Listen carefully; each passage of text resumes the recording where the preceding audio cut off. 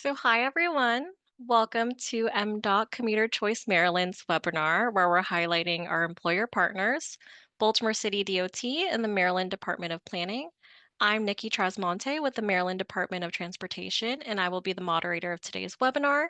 This session will be recorded, and we will send a link to the recording in a few days. During the webinar, please feel free to drop any questions in the chat, and we will have some time for Q&A at the end for any questions of discussion. So, commuting to a workplace is something many of us do every day, and being stuck in a car, in traffic, trying to get someplace by a certain time can cause lots of stress. It can also be costly. Operating, maintaining, and insuring a car is not cheap. There's also the cost of roadway congestion, environmental impacts, and when people get tired enough of their commute. Employers may also face the cost of employee turnover.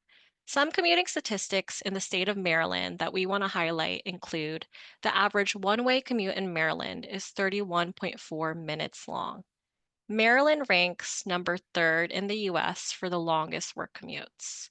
So we know commuting is an issue for people in the state of Maryland. So one way we can improve commuting can be through TDM.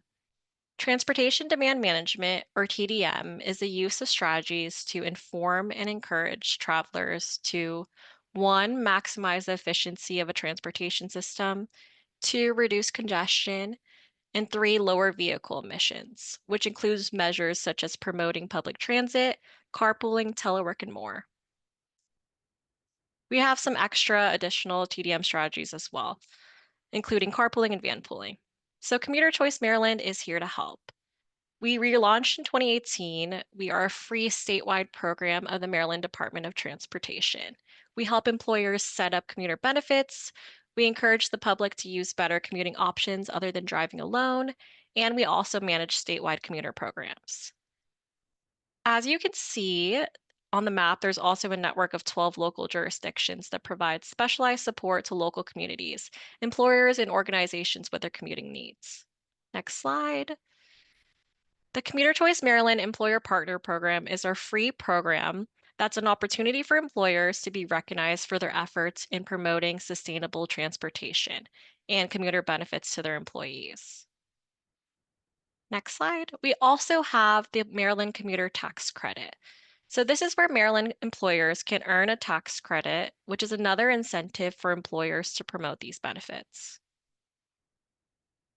So in this presentation, we will hear from employers to learn how employers can develop, promote, fund, and receive assistance to build commuter benefits programs, and how they can be recognized in their efforts for doing so. But before we dive in, we want to hear from you. Please take a moment to drop in the chat what is the #1 commuting challenge you or your employees currently face. And please feel free to introduce yourself in the chat.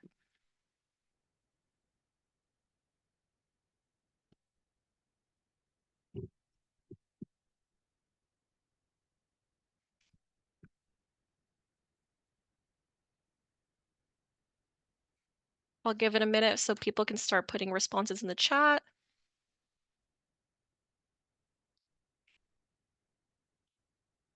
Let's see, we might. And I'm gonna just jump in for a second because it looks like the chat has been disabled. So we'll work on that on the back end and apologize for that. And as soon as we're able to open that, we will send a note that that's open. Then I'll go to the next slide. Okay, thank you, Lisa Kay, for that. So we're excited to have two fantastic speakers with us today. First, we have Joe Griffiths, AICP, the Director of Planning Best Practices at the Maryland Department of Planning. Joe leads the department's regional planning program, educational initiatives, and best practice resources while overseeing outreach and engagement efforts. You'll also be hearing from Anaya Smith, the Transportation Marketing Coordinator at Baltimore City DOT. Anaya focuses on promoting commuter resources and benefits, working directly with employers to implement commuter programs that support their workforce. So first, we're going to hear from Joe. Joe, feel free to take it away. Thank you, Nikki. I am also, hey, all right, it worked. I'm also the the host for this, and it's my first time doing it. Our normal host at MDP is at another event today, but I think I unlocked the webinar chat for everybody. I apologize for that. So thank you for filling it in. I wanted to point out that I forgot to mention that this webinar is eligible for one AICP CM credit. You can find it under for the name of this this webinar on the AI. If you're going to log AICP credits, and we'll send the number to attendees after this webinar. So I'm going to give you a little bit of one on the Director of Planning Best Practices, the Maryland Department of Planning. I work and live in Baltimore. I want to give you a little bit of background about the department. MDP provides guidance, analysis, outreach, and support to ensure that Maryland's natural resources, built environment, and public assets are preserved and protected to achieve its goals for economic, community, environmental vitality. As part of our mission, MDP works closely with Maryland Department of Transportation and local governments to encourage multimodal planning and transportation infrastructure development. The Maryland Department of Planning also includes the State Data and Analysis Center, the Maryland Historical Trust, and multiple planning services divisions that oversee or partner with other state and local government agencies to advance sustainable growth through the provision of spatial data, best practices, and plan review and coordination. For example, MDP completes more than 200 technical assistance projects for Maryland's counties and municipalities in a typical year, which range from training for planning commissioners to geospatial analysis.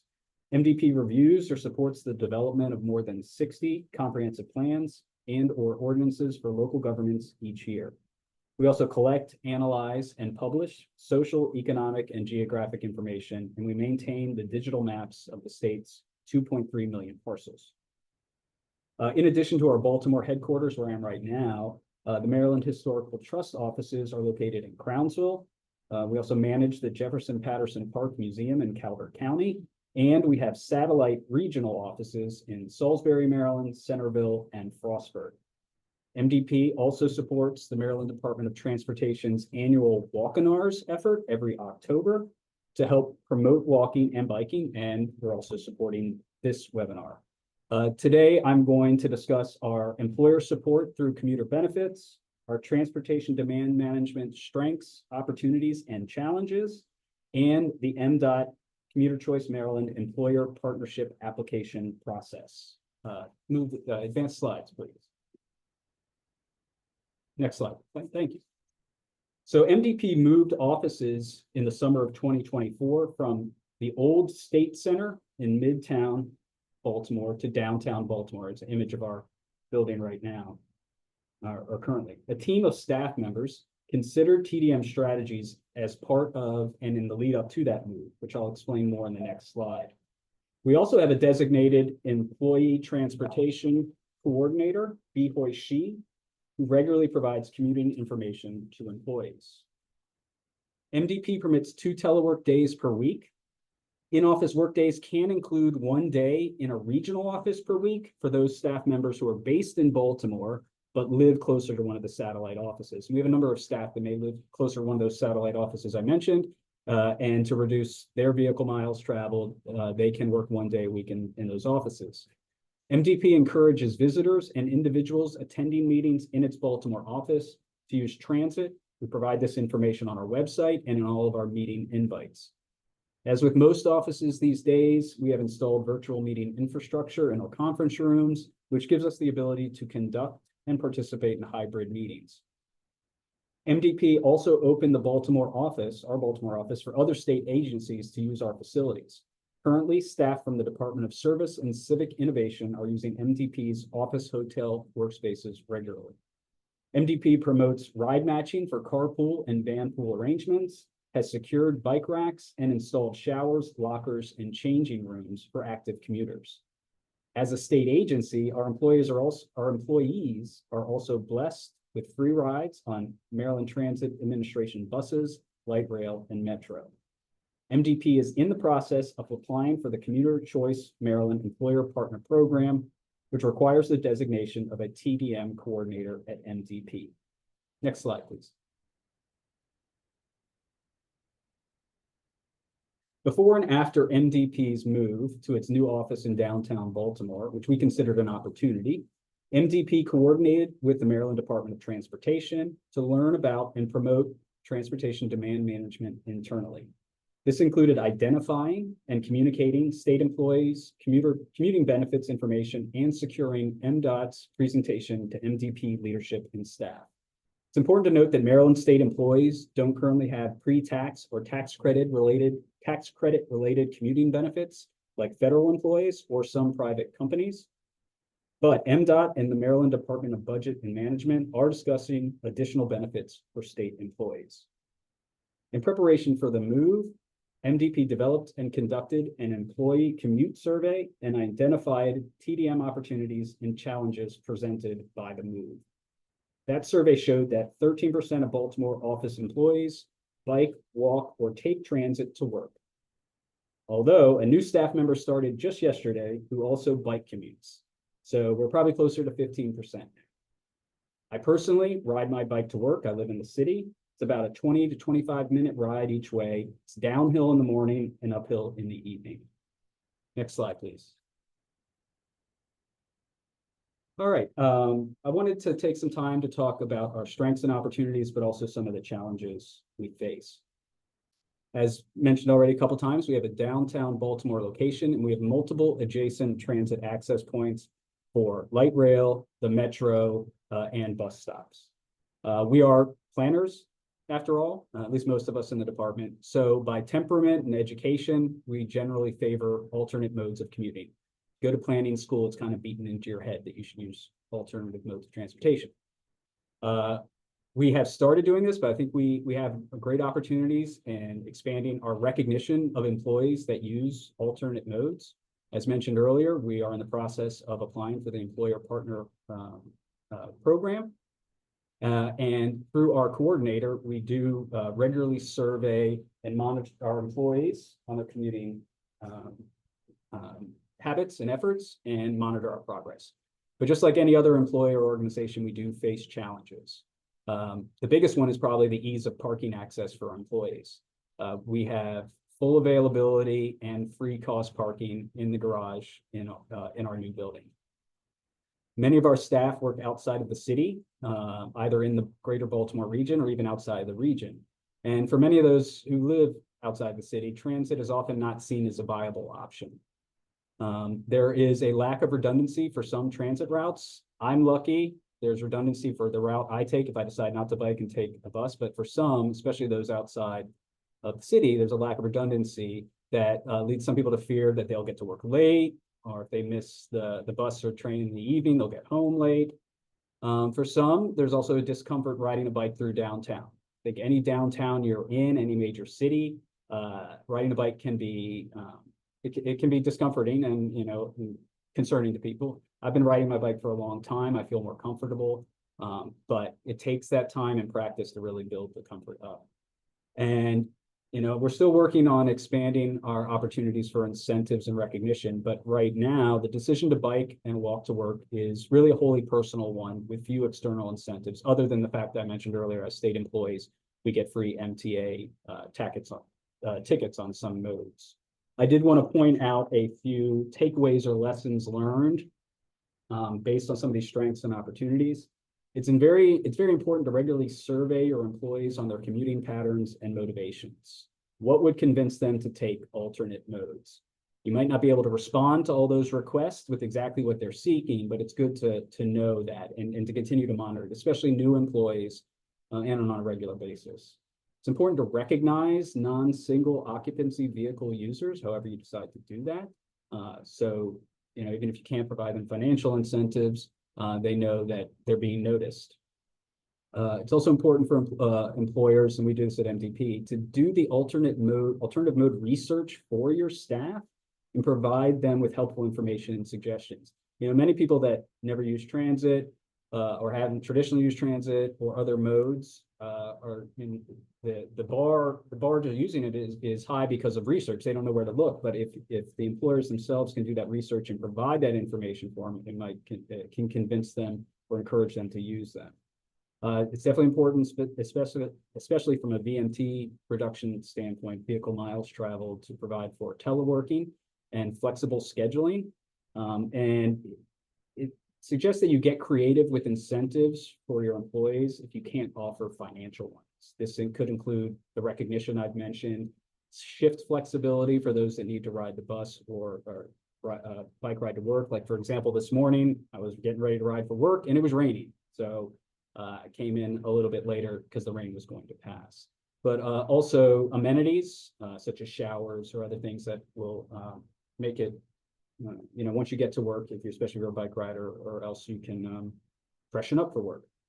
It's also important to know that your TDM challenges and goals won't be solved or figured out quickly. It's a slow process, takes dedication over time, and that you really should celebrate incremental successes and then build upon those successes. Next slide, please.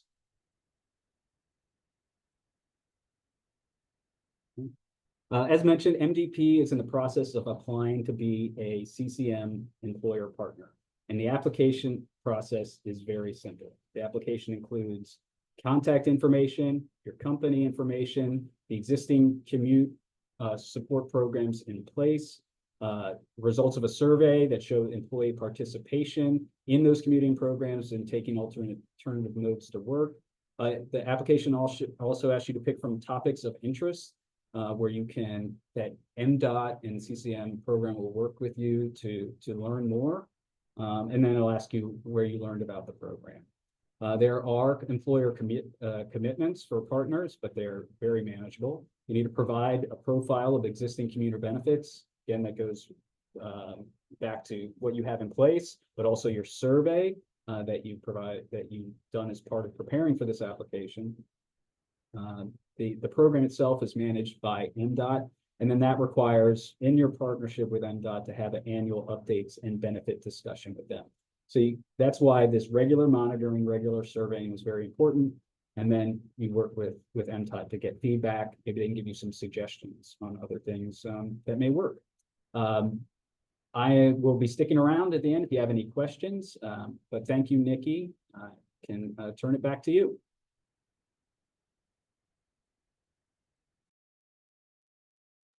Sorry, I was muted.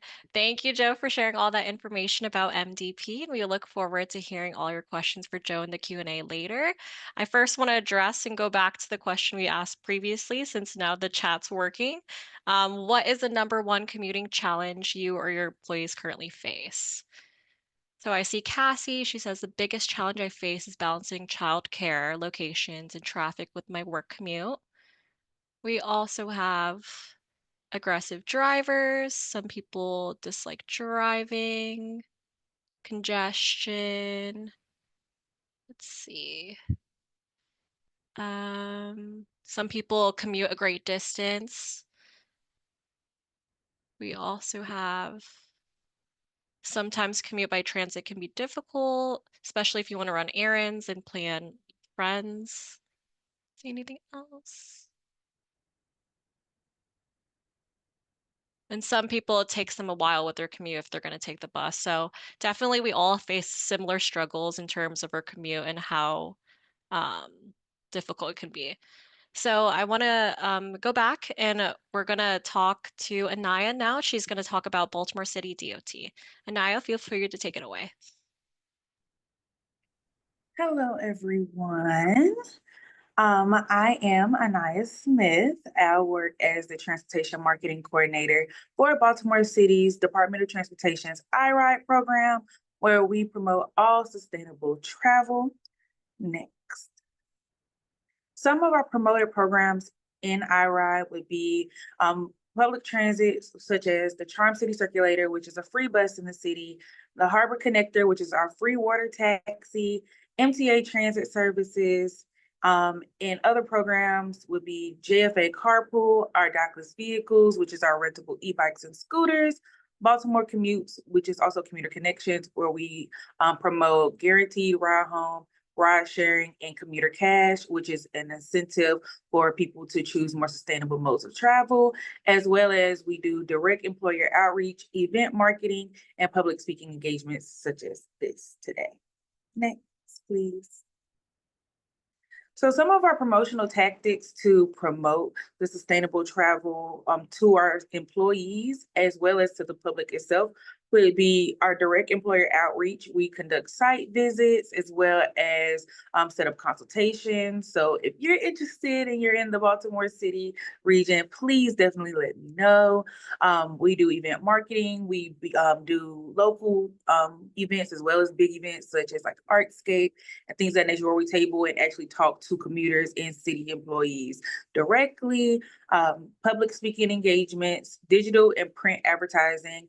So we actually are currently creating ads that we want to do traditional media for. So think billboards and flyers and things of that nature, as well as social media. As you can see in some of the pictures, these are some graphics that I created, and engaging literature that we pass out to employers and their employees, as well as our employees as well, and email blasts. Some of you might have received an email blast from us over this last couple of weeks. So yeah. Next slide, please. So one of our programs that we implemented for our employees specifically would be the JFA Carpool Program. For the JFA Carpool Program, our employees gather up a carpool of at least 2 or more people, and they get to park in a very high demand parking lot, which is the JFA parking lot, which is under the under the JFA Expressway from Monday to Friday, 6 a.m. to 9 a.m. As long as they park there, they can be there all day, but they just have to be there before 9 a.m. peak work hours, and they get discounted priority parking, reserved parking. It's a very, very high commodity parking lot. So this program is definitely in high demand. It's just now recently being relaunched. So we're starting to get applications and doing email blasts. We actually created new signs, new signage in the parking lot for attracting people who are currently using the parking lot that might have missed the email blast. We also done email blasts, social media campaigns, as well as we're currently in the works of upgrading the actual parking spots themselves. But to also help assist our employees with finding carpools so that they can benefit from this program, we also encourage them to sign up for Baltimore Commutes so that they can join the database and see everyone that could be a potential good ride match partner. Next, please. So the Charm City Circulator is a fare-free fixed route bus service that operates in downtown Baltimore. We have several routes that are aimed to connect city residents and commuters and visitors with employment centers, recreation, and essential services such as medical appointments. Currently, we have 5 routes: the cherry, the purple, orange, and banner, and we actually have a new one coming out very, very, very, very soon.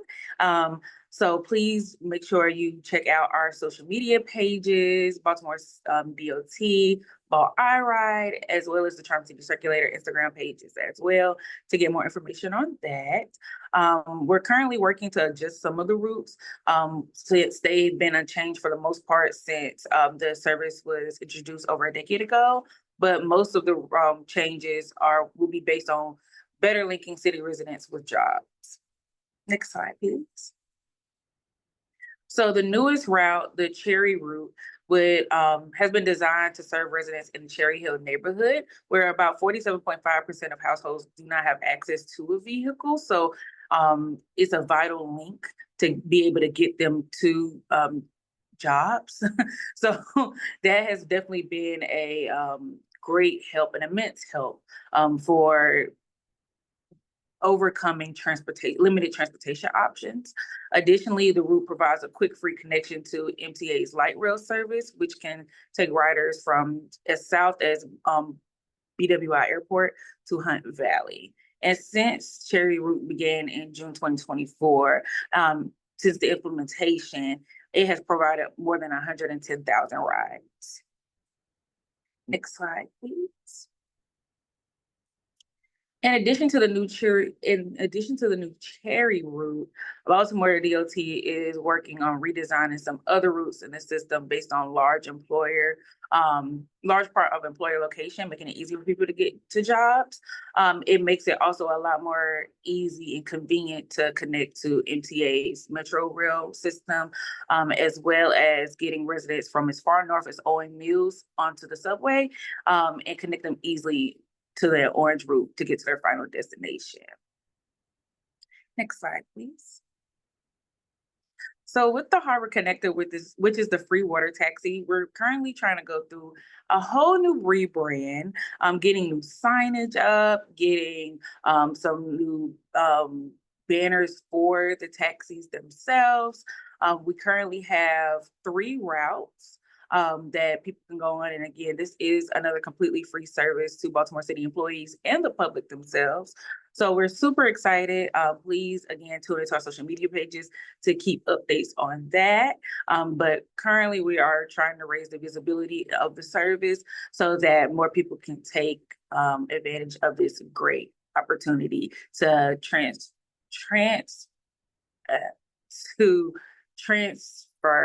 from one part of the harbor to the other, whether it's for work or pleasure or everything in between. Yes, this is a great service that we really want the public to start utilizing more. Next slide, please. So our dockless vehicles, Lime and Spin, our dockless vehicles that Lime and Spin provide, e-bikes and scooters, we use for getting them that last mile on top of just pleasure rides and traveling all around Baltimore.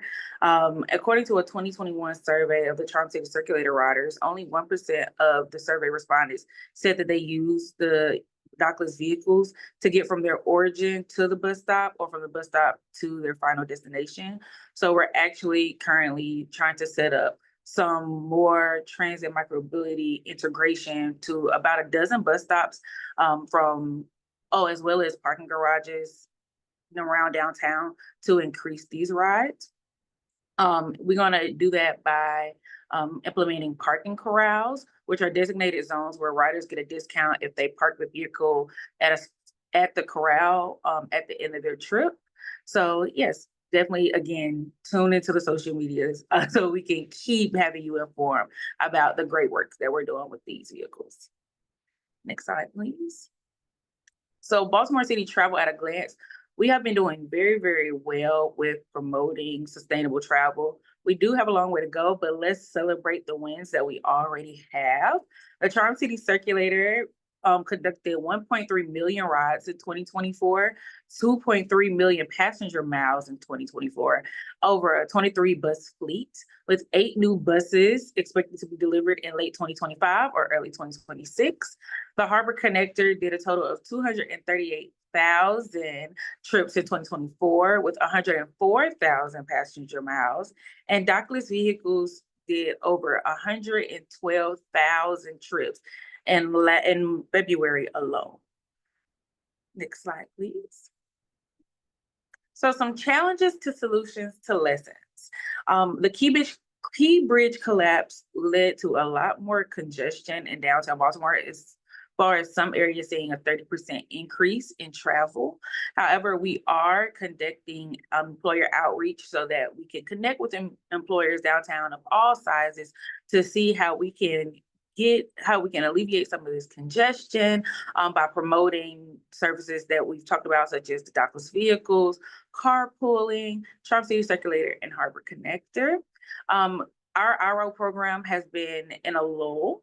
I am actually new into my role. I just joined the team in August of 2024. So we are trying to get the program back front of eye and to the forefront and really push this program so people know that these resources are out here. So we're doing that through social media, email blasts, event marketing, as well as we're doing some physical marketing to be coming soon as well. And our last one would be coordinating between agencies and community partners. Just really, again, with the program being in a lull for a couple of years, rebuilding those connections and relationships and leaning on one another. Word of mouth has been a very, very immensely valuable tool with the relaunch and revamp of the IRI program that has been able to reach employers that we probably wouldn't have had a chance to otherwise. So our three main lessons would be: listen to your audience and your employees, keep an open mind, assess, correct, and then pivot. You're not going to get one solution solves every problem.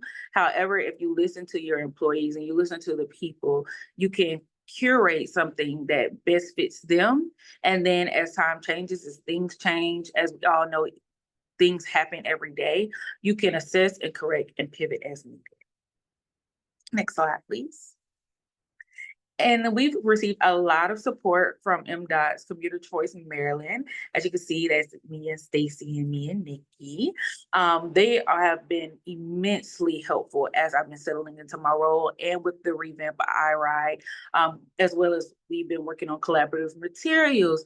They've been very vocal on teaching TDM to not only our coordinators, but as well as employers and commuters. Event public outreach, we tend to table together a lot. We actually have an event on the 16th where we're going to be talking to some employers, as well as team building among the other state programs, because these resources are available all over Maryland, as well as employer connection meetings and consultations as well. Next slide, please. And so, yes, please feel free to reach out. If you're in the Baltimore City area, I am more than happy to discuss all of these things with you all and seeing what we can do to have your employees traveling more sustainably. Thank you. Thank you, Anaya, for sharing all that information about the iRide program and the services Baltimore City provides. We look forward to hearing all your questions for Anaya later. So now I want to give everyone a minute to think about what they want to ask our employers that we just heard from Joe from MDP and Anaya from Baltimore City DOT. Feel free to start dropping your questions in the question box for our Q&A later. But before we do that, we have some questions for the audience.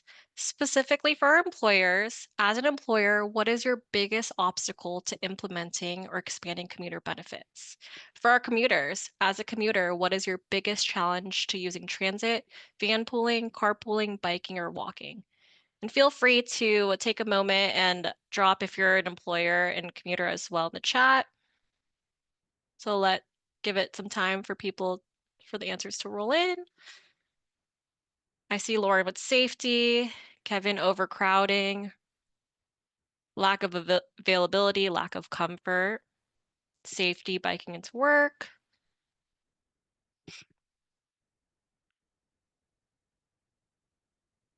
Yes, we have a biker. Frequency, options, yes. Understand there is sometimes frequency of service. Weather issues, yep. Like Joe mentioned, it was raining today. Lack of access to the circulator as a city employee, reliability. Great, these are all great answers. We all face similar struggles for either sustainably commuting and vice versa. Great, yes. Thank you so much for your responses. Okay, moving on. So we spoke earlier about our employer partner program. We want to take a moment to talk about our employer spotlights, where we highlight the great work our partners do. So first we have Baltimore City DOT, which we just heard from Anaya about the iRide program and all the great services they provide for commuters in Baltimore City. So if you want to read more about it, we actually have her spotlight on our website. Next slide. We also have another partner who's UMBC. We work with UMBC to make it easier for students and staff to travel sustainably without a car. One of the accomplishments we had included adding the first bike parking facility on campus. Our next partner we want to highlight is USP. They provide their employees with a transit subsidy, and because of that, they've been able to take advantage of our Maryland commuter tax credit. So next slide, just to recap today's webinar and what our speakers talked about, MDP really emphasized their office relocation and what goes into planning for a move and how their employees' commute was affected, as well as we heard from Anaya the different commute programs that Baltimore City has to offer. So we're all so glad that you're all here today to really contribute to this discussion and we're able to learn from each other in terms of best practices for commuters and employers. So most importantly, I want to recognize that behavior change is hard, but MDOT Commuter Choice Maryland is here to help. So now we want to hear your questions. So please feel free to put your questions in the question box.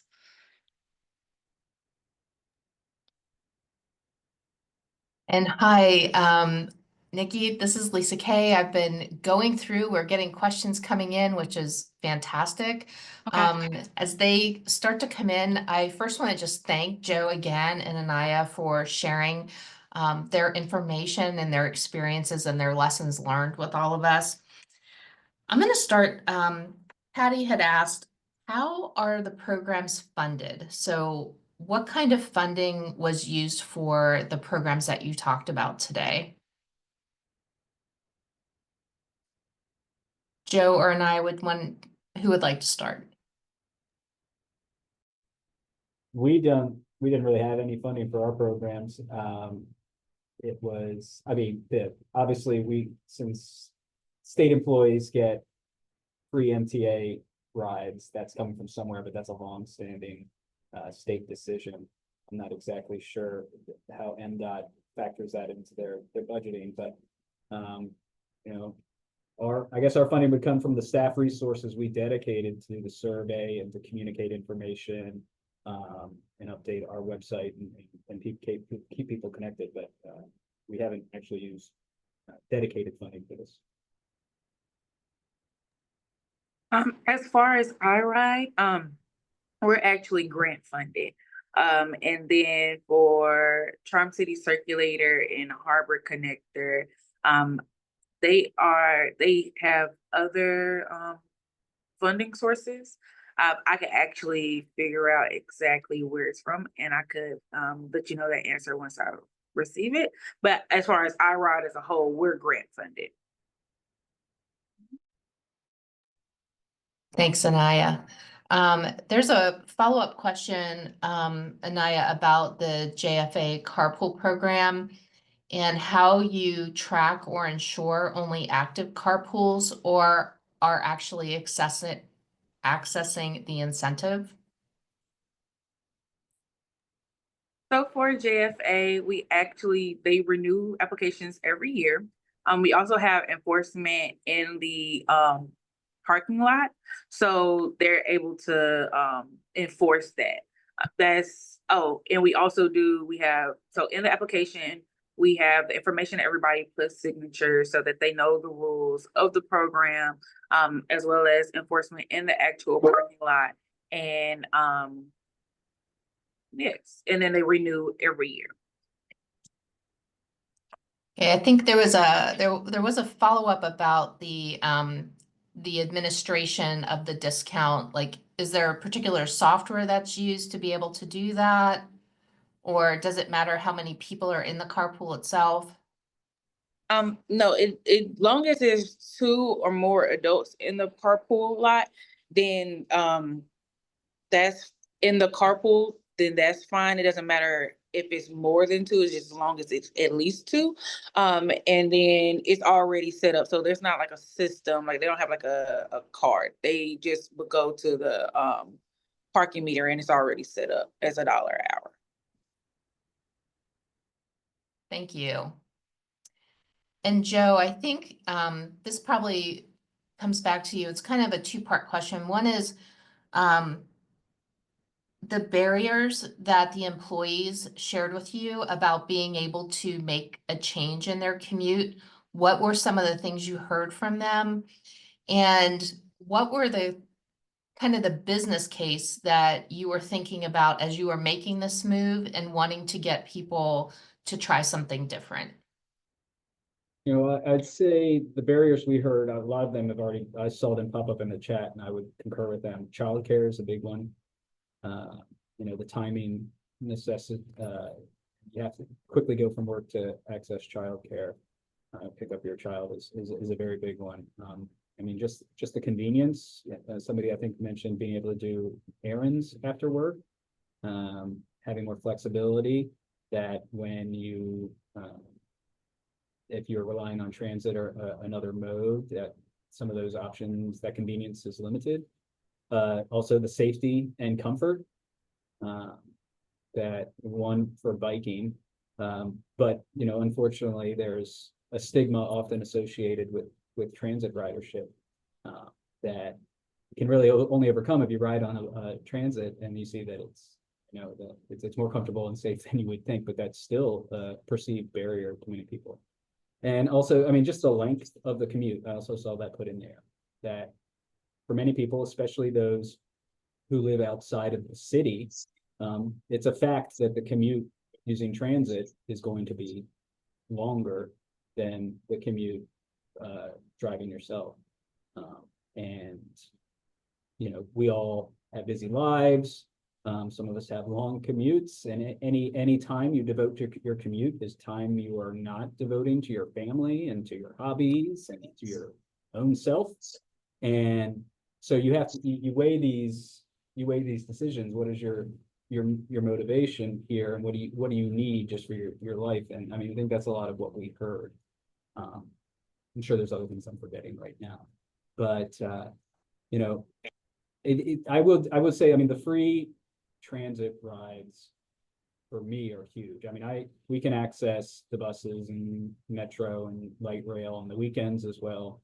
I know when I first took this job and I moved to Baltimore, at first I didn't have parking access at our Midtown location, and I used transit for the first time regularly in my life. And being forced to do that in that situation made me much more comfortable with it. And now, a lot of people use the light rail to get to Orioles games. It's a very common way to get to Orioles games.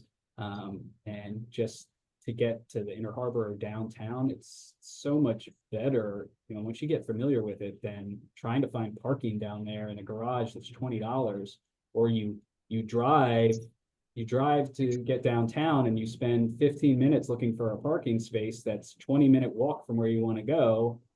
So the convenience, the time, but also just becoming comfortable with it. And it goes back to what Nikki was saying, it's really hard to change behavior. And encouraging people to try it, talking to them about it, and I think eventually can break down some of those barriers. I forgot the second part of your question, Lisa. I apologize. You got it. Yeah, because it was all about kind of, how you think about that as an employer, that you're trying to make this business case of wanting to support the employees and making their change. So thank you. Thank you for that. Yep. Coming back, Anaya, and this may be something too, we'll flip back over, Joe, if you have thoughts about this too. There was a question about how we define engaging literature, like how do we make it effective? And how have you used that in your program? So for me, engaging literature would be something that's just a lot more pleasing to the eye. I think that I have come across, when I've been while we've been revamping the program, a lot of non-eye-catching literature. So really utilizing more vibrant adjectives, more vibrant colors, graphics, incorporating graphics, even when you're doing your email blast, a simple graphic. And you utilize it, and it doesn't have to be hard. Going into Canva has so many templates that you can use to spice it up, because looking at a plain black and white paper with 100 words on it is going to look a lot different than purple and orange with scooters and bikes on it. But making sure that the information is there, just presenting it in a different way. And I think also on top of, in addition to the engaging literature, being engaging when we're actually handing it out. So not only with the promo giveaways that we give with the engaging literature, but actually putting a little bit more pep in your voice, finding a conversation with the commuters to connect on, so that it's not just, oh, here is the literature. Or even when I do some of my presentations, when I go and speak to employees or students, not being so formal. I think that it's already a barrier of comfortability of people trying to make that transfer from having the convenience of, oh, I just get in my car and just drive to work, to, oh, now I have to wait for the bus and things. Being able to bring that comfort in a conversation so that you can position sustainable travel as what it is. It's actually commuting with community, having those third spaces, being able to not only have a greater impact on your own commute, but on the world itself. But you have to be able to connect with a person in a group, in an audience, for them to be able to be receptive to that information. So then on top of that, once you have that connection and you're giving them that literature, they're more likely to engage with it. So yes, engaging literature is the literature itself, but it's also the presentation of the literature as well. Interesting point. Joe, did you have anything to add about that? Not really. We MDP mostly serves as a support role to other agencies and local governments. We haven't done much in the way of producing communication materials, other than internally. So I definitely yield to Anaya's expertise on this. I have nothing to add. Yeah, and it's one of the really nice things that the MDOT Commuter Choice Maryland program has is a lot of materials that are already ready. So people don't have to recreate the wheel. They can go right out to the website and just download the materials and they're ready to go.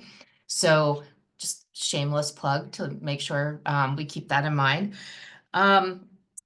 There was a question that came from Chris about the Charm City, how we introduce people to using the service. And so it's kind of a broader question. So if you can both think about it, but like, how do we help people, employees or the public, to use these public transportation services that are available to them? Are there like partnerships that we might be able to do with groups that are maybe focused more on sustainability? Or are there other partnerships that might be able to leverage to do that?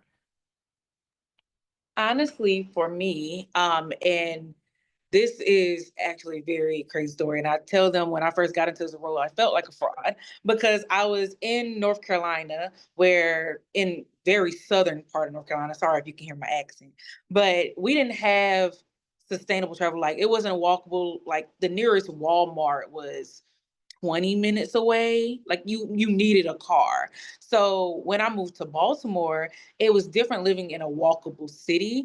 But even when I first got into this role, because I love to travel, it's just same thing with the deductiveless vehicles. I was very scared to get on one because I've never rode a scooter. So being presented with the opportunity, my boss was like, hey, let's have a team building breakfast and we're going to take the scooters and we're going to show you the Harbor Connector. We're going to get on the Charm City Circulator. And he presented me with the opportunity. I think that, and of course, not everybody will be presented with that same opportunity, but present them with an opportunity. Like, hey, let's have a team building morning. And we're going to get on the Charm City Circulator and go this place. Especially people that have not tried the service at all, they need that extra push. Or even if you know employees that are already taking it or you're taking it, invite somebody with you. Like, hey, I'm gonna grab lunch this place.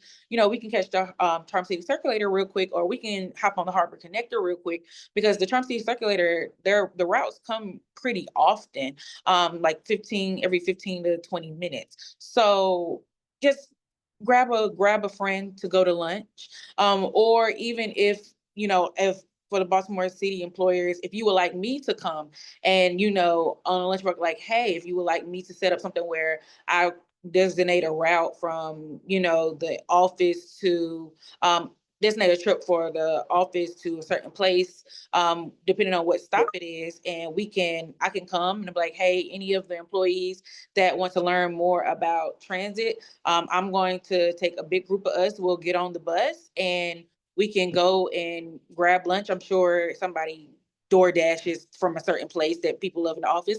We can all go there. We can sit down and we can just talk. Everybody grab their lunch and we can, you know, I can basically do an informal presentation there and show them that way. Like, I have no problem doing that. You really just have to present people with the opportunity to do it that they normally wouldn't have the opportunity to do. And then they'll be like, oh, well, I rode the Charm City Circulator with that girl from Baltimore City, Anaya. I could do this again, and you know, and it slowly works your way up. So you really just have to think outside of the box. So Yeah, I don't have the key examples like Anaya, but I mean, we have at Maryland Department of Planning occasionally done excursions or, you know, go a site visit or perhaps a team building activity where you take transit. And, you know, I think we've all been in a situation before, either taking transit or doing something else where you feel like you're afraid you're going to look silly because you're doing something incorrectly. Right. And the people that are more proficient at something, people that ride the bus every day, ride the metro every day, they're going to be like, what is that? Why is a person standing over there? Or why are they asking that question? You know, you think that nobody's thinking that. Nobody's really thinking that, but you have that in your head. And if you can have somebody who's more experienced show you that this is how you do it, this is where you stand, you don't even have to say those things. You're just modeling that behavior. They'll see, okay, you know, it breaks down that fear of you know, looking like they're doing something wrong or being silly. So I definitely encourage doing something like that. I mean, something just came to, I mean, that would be for like your employees, right? If you're in an organization. I mean, something that I just thought of this, I don't know if I have any examples, but if you're trying to work with residents or groups in your community, right? You know, and this is same is always, this works for like public outreach efforts as well, right? Like people believe trusted messengers, people they know, rather than a government or somebody else saying you should do this, right? They'll listen when it's somebody at their, you know, their club, their church, or some other organization that they're involved in. You know, work with them, you know, maybe they could encourage them or provide them the support so they can do something similar. This, you know, kind of hand holding, like, let's go do something on transit, you know, provide them with the resources to do that. And then, you know, people in that organization or church or whatever, they will see, okay, this is not that bad. And, you know, the people I trust are doing this pretty easily, so I can do it as well. Yeah, I think that's a really good point, Joe, about feeling that you might look silly or, you know, don't know what you're doing. Early on when I first started riding transit, you know, I was like, what if I miss my stop? How am I going to know where I'm going? And, you know, and it's a real fear for people. And so, yeah, I think you're right on. We have, so many great questions coming in, and for anyone that we didn't get to answer yet, please know we're going to be keeping track of what came in and helping us with programming for future webinars. But I'm going to ask one more because it sort of takes us full circle about how we do evaluation and how we look at the results of our efforts. And I was just wondering if you could just spend a minute or so talking about how did you measure the success of what you did?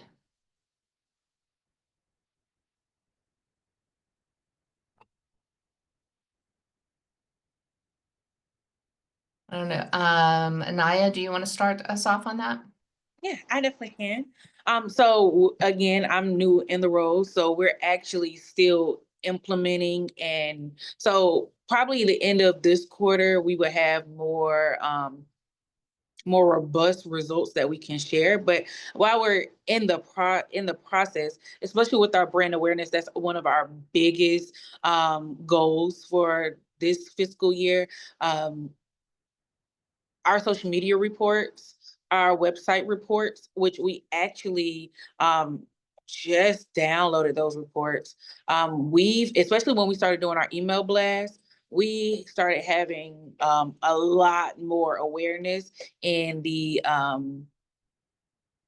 website alone. I'm actually pulling it up. So we've got up to 134 visitors on our website a day for our email blast. I mean, our email newsletters just for the website. We've gotten 43 new registers in the last month.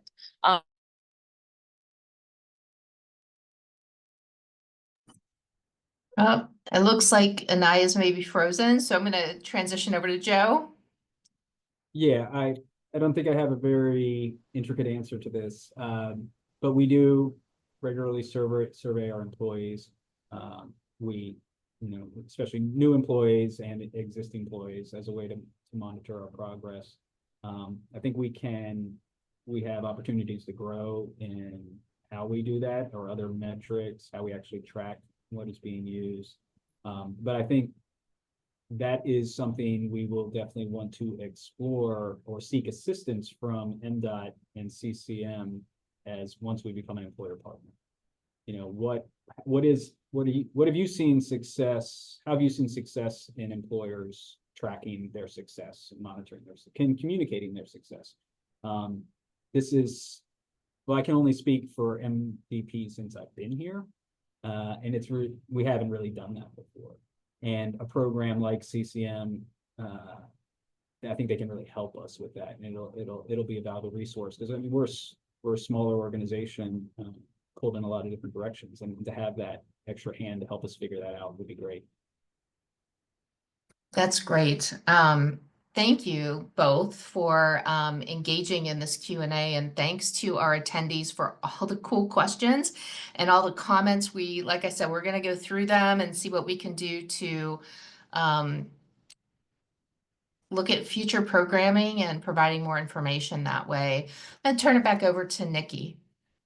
Thank you, Lisa Kay, and thank you, Joe and Anaya, for that great conversation and just learning more about just the different things we face in terms of commuting and how travel training and everything can really help people feel more comfortable with it. So we look forward to staying in touch. If you're interested, please join our free MDOT Commuter Choice Maryland Employer Partner Program. And if you want to reach us directly and join the program, feel free to drop your email in the chat and we can reach out to you to join the program.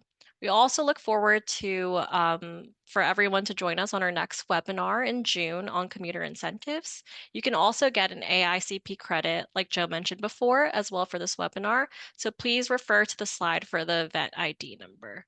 And thank you so much for your time. And last but not least, please follow us on our social media pages at Commuter Choice Maryland. And on behalf of our Commuter Choice Maryland team, we want to thank you for being here and for your interest in our program. Thank you, and we hope to see you in June. Thanks, everyone. Thank you. Thank you, Anaya, Lisa. Thank you, Joe. Thank you, Anaya. Thank you, Lisa.